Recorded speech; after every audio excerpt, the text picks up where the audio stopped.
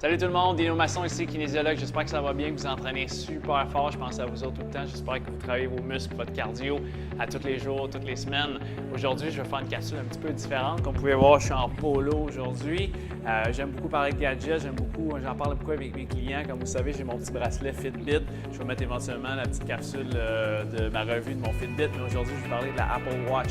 5 raisons, 5 choses que j'aime pas de l'Apple Watch. En fait, je porte l'Apple Watch depuis environ 2 mois. Je suis très chanceux. Mon frère, mon petit frère, en fait, qui a 32 ans, m'a prêté sa Apple Watch pour la tester. Mais dans le fond, je voulais voir comment j'allais trouver ça dans la vie de tous les jours. C'est super le fun, ça améliore ma qualité de vie dans la journée. Mais dans le fond, je veux répondre à une question. Est-ce que je pourrais vivre sans mon iPhone? Non. Est-ce que je peux vivre sans ma Apple Watch? Oui. Je pourrais vivre sans ma Apple Watch. Ça, il n'y a pas de problème, c'est certain. Mais sans mon iPhone, vous savez maintenant, les téléphones intelligents, ça remplace, ça fait beaucoup de choses. C'est beaucoup d'outils. On l'a toujours à portée de la main. On fait plein de choses avec ça. Mais l'Apple Watch, dans le fond, c'est comme un accessoire à ton iPhone. Dans le fond, est-ce que ça aide ta vie? Oui. Mais est-ce que ça change ta vie? Peut-être pas pour le moment. Donc, 5 choses que moi, j'aime pas de l'Apple Watch. En fait, première chose, c'est la batterie. La batterie dure 24 heures. Mon Fitbit va durer environ 5 jours avant de le recharger, mais la batterie de l'Apple Watch, c'est entre 18 et 24 heures. Fait que dans une journée, en fait, le soir, moi, quand j'arrive chez nous à la maison, je peux la porter le soir, mais juste avant de me coucher, je la mets sur son petit dock pour qu'elle puisse se recharger pendant la nuit. Fait que dans le fond, oui, ça dure toute une journée, mais de la recharger pendant tous les jours, moi, j'aimerais ça passer 5-6 jours, une semaine sans recharger la batterie. Ça serait super le fun. Puis conjointement à ça, en fait, la montre, étant donné qu'on doit la recharger pendant la nuit, mais dans le fond, on ne peut pas calculer le sommeil. Moi, c'est quelque chose qui est super important de calculer le sommeil. Dans le fond, avec mes clients, on le voit beaucoup.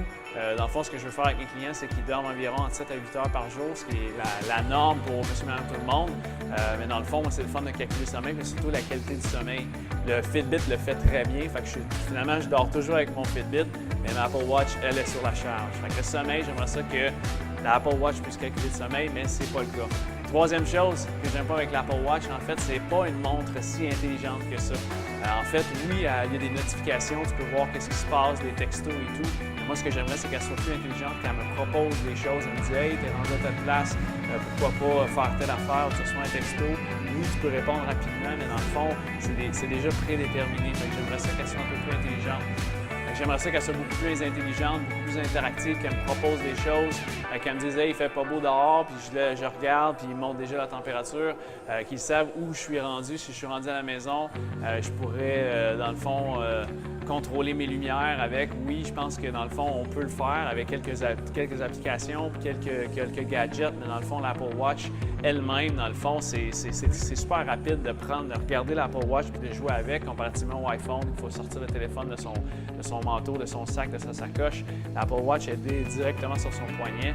Alors, ce serait plus facile, ce serait de recevoir des notifications ou de dire à la maison « Hey, je suis rendu là, oui, allume ça, il n'y a pas de problème, pars le four, allume ça, c'est le fun. » Mais dans le fond, c'est pas encore possible. C'est vraiment le fun que ça s'améliore.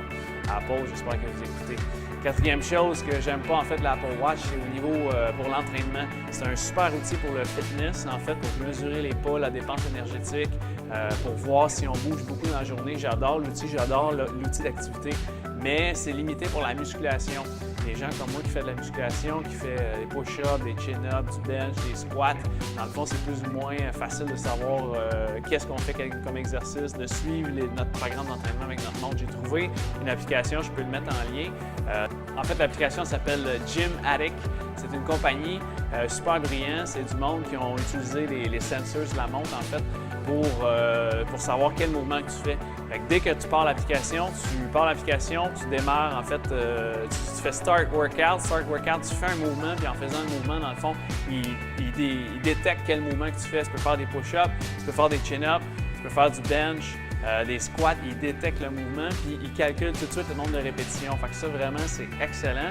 Sauf qu'à la fin, ça prend quand même un petit peu de temps à dire oui, OK, c'est ça que j'ai fait, boum, on le met, il faut rentrer quand même nos charges. Puis des fois, il y a des petits bugs avec l'application, fait que ça ne fonctionne pas parfaitement.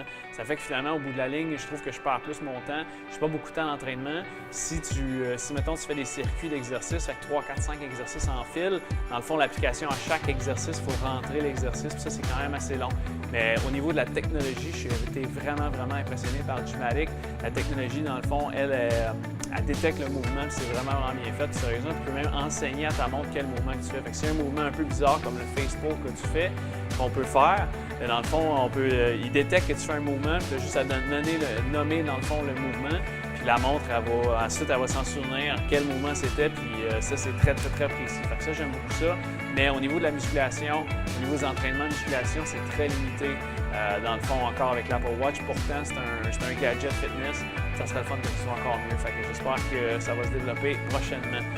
Dernière chose, cinquième chose, dans le fond, que j'aime pas sur l'Apple Watch, c'est dans le fond, au niveau de certaines applications, on ne peut pas interagir beaucoup. Les applications d'Apple, oui, les courriels, je peux répondre aux courriels. Moi, j'utilise Outlook pour ma business, mais je ne peux pas répondre directement sur la montre. J'aimerais ça répondre des petits mots rapides à mes courriels. Oui, c'est le fun quand je marche, je m'en vais vers le métro, je suis dans la rue, c'est rapide, je peux voir une réponse à un courriel, réponse sur un texto. Réponse sur un texto, on peut répondre rapidement, facilement, mais je ne peux pas répondre à mes courriels. La même chose avec mon épouse. En fait, j'ai une application juste pour couple. En fait, puis oui, je reçois une notification sur la montre, mais j'aimerais ça être capable d'y répondre directement sur la montre.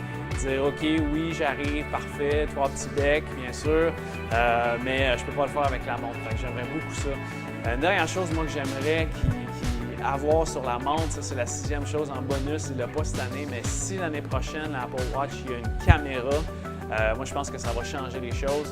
On va pouvoir, vous savez, avec Instagram, Snapchat, whatever, on va pouvoir se prendre en photo ou prendre des photos très rapides des choses alentour de nous. Fait que s'il y a une caméra sur la prochaine Apple Watch, c'est probablement sûr que je m'achète l'Apple Watch.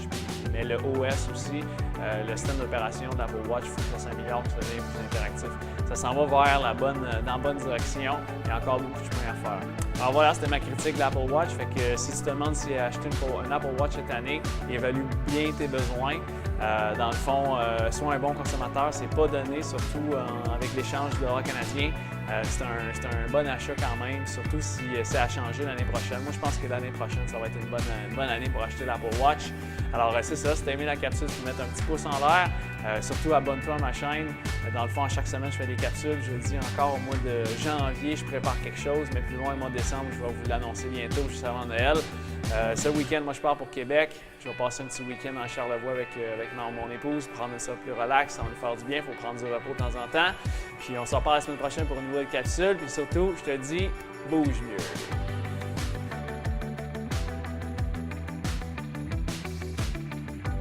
J'espère que vous êtes en forme, vous entraînez super fort. Aujourd'hui, ça va être une clinique